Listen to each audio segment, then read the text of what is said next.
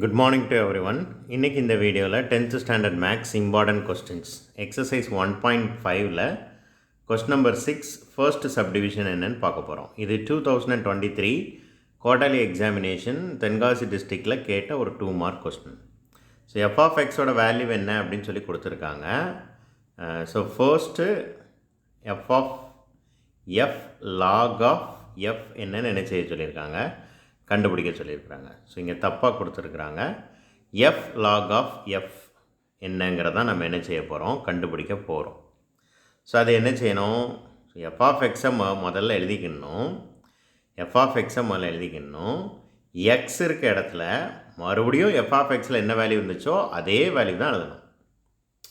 So ரொம்ப ரொம்ப simple, ரொம்ப ஈஸியான கொஸ்டின். நல்லா பாருங்கள். ஃபர்ஸ்ட்டு எஃப் ஆஃப் எக்ஸை அப்படியே எழுதிக்கோங்க.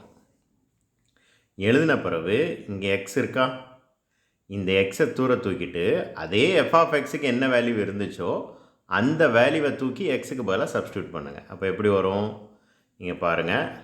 எக்ஸ் இருந்த இடத்துல இப்போ என்ன எழுதியிருக்கிறாங்க, x square minus 1 the whole square minus 1ன்னு இப்போ என்ன செஞ்சாச்சு, எழுதியாச்சு.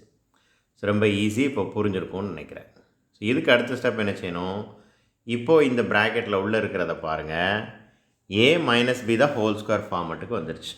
ஸோ அதுக்கு எக்ஸ்பேன்ஷன் என்ன அப்படிங்கிறது நமக்கு நல்லாவே தெரியும். a minus b the whole square a square minus 2ab plus b square.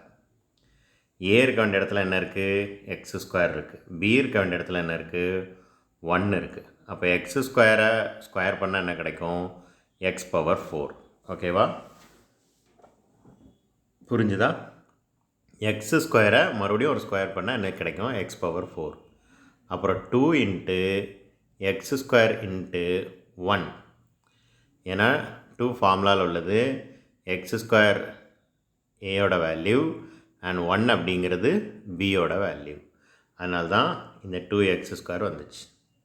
அதுக்கப்புறம் பி ஸ்கொயர், பியோட வேல்யூ 1 1 ஸ்கொயர் பண்ணால் என்ன தான் கிடைக்கும், 1 தான் கிடைக்கும். ஸோ அந்த 1 எழுதியாச்சு. ஈக்குவேஷனில் இருக்கிற 1 மறுபடியும் எழுதியாச்சு. இப்போ ப்ளஸ் 1 மைனஸ் 1 என்ன ஆயிரும் அப்படின்னா கேன்சல் ஆயிரும். அப்போ மீதி இருக்கிற 2 டேம் மட்டும்தான் கிடைக்கும்.